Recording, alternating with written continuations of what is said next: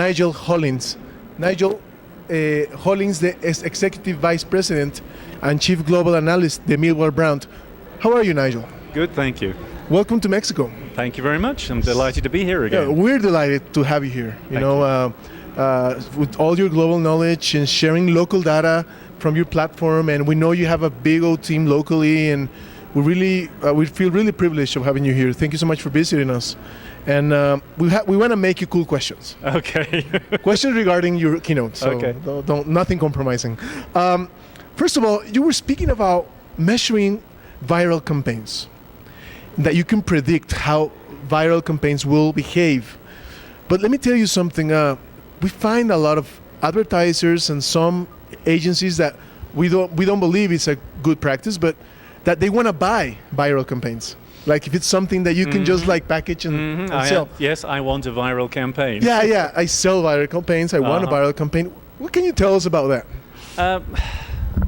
Everybody wants free media, right? There you go. So why would you not want a viral campaign? But I think the big challenge is some of the things that go viral are not necessarily appropriate for your brand. So to find something that fits with your brand, that actually promotes your brand, and gets free views is pretty tricky. And like I said in the presentation, there are some fairly key guidelines as to what's going to make an ad go viral. If people find it enjoyable, it's engaging, it's distinctive, and often as not, if it has a celebrity, that helps as well. But I think the ads that are gripping, edgy, sexy aren't necessarily appropriate for every brand, and yet unfortunately those are the ones that often go viral. So simply we have developed this approach that we can show people an ad, show a small sample of people an ad, find out what they think of it, then predict how likely it is to go viral. But to your point, one of the things that we found increasingly over the last few years is that to truly make an ad go viral, you also have to spend some money on media, which I know sounds strange, but for someone to find the ad in the first place, you first have to publicize it. Good point. So interesting. So, it's free. It's not free media, right? Some of it's free. So you can get additional viewing that is free, but essentially you're making an investment that gets an extra return. Interesting. Thank you so much. Another thing is, you were speaking about how online extends the value of traditional media. We love that because way back we would say, I heard a lot of times that digital internet would like disappear everything, so stupid way of thinking, but we thought way back that way. Now we're seeing that everything complements. And we hear that traditional media, it's everything that is not online, but online, it's also traditional. It is now. Yeah, that's the point.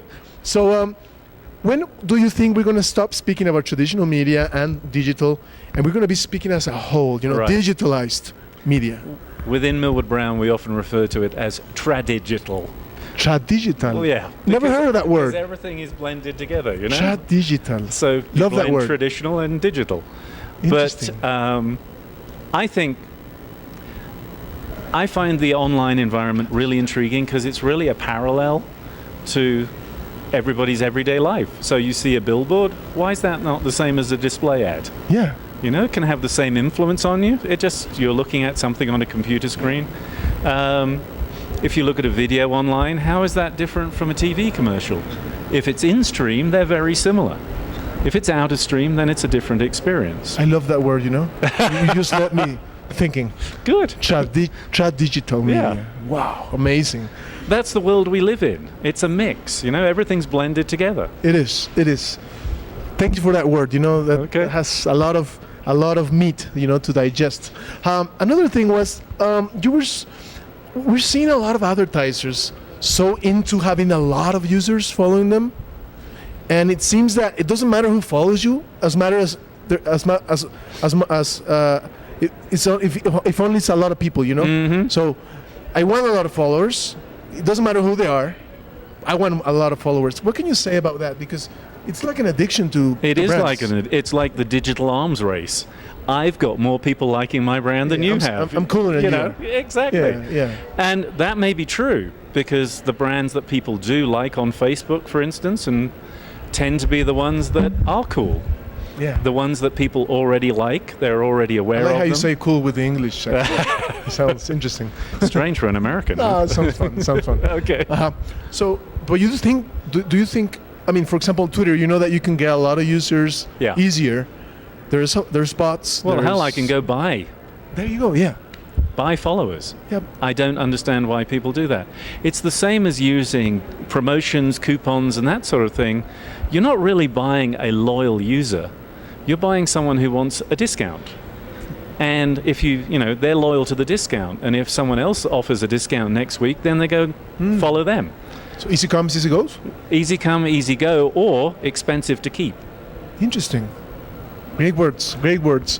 What can you tell to brands that they want to create a benchmark? Because, for example, if a brand wants to define the optimal, ideal, optimal of followers is everybody, but ideal number. How can brands, or how can you recommend brands to define an accurate, good number of followers without just like benchmarking with the competition? With the competition? Yeah. Well, I think the easiest way of doing that is to use a brand equity study, which many companies do. Oh, interesting. Like we provide to our clients. So Millward Brown measures, how strongly people feel about brands, whether they're positive, negative, and so on. But if you look at the people who are truly bonded to a brand, as we call it, they have a strong, positive attitudinal relationship to it. If you plot that in terms of the percentage of people within the product category who are bonded to your brand versus how many like your brand, you get a good idea of whether you've got more people liking you than your equity would suggest, or less people. So now you do have a benchmark because there is a strong relationship between the two, and it's sort of like, oh, I have less people liking me than my equity score would suggest. I need to, I have an opportunity to improve. Interesting. So Interesting. So practical. It is practical. I like. Yeah. My job is to be practical. Yeah. But it's something that is really difficult to define. It's like a mystery. Mm-hmm. I've heard of companies saying, "Oh, how many people read this magazine? Oh, like 60,000. Oh, wait, we gotta have that on Twitter." Mm-hmm. And that's how they define it. But I think it's really scientific what you're saying, and really interesting how Millward Brand can offer these services to complement that gap of ignorance that we have. Because I'm going to be honest, if somebody asked me how many followers I should have as a brand, I wouldn't know how to answer.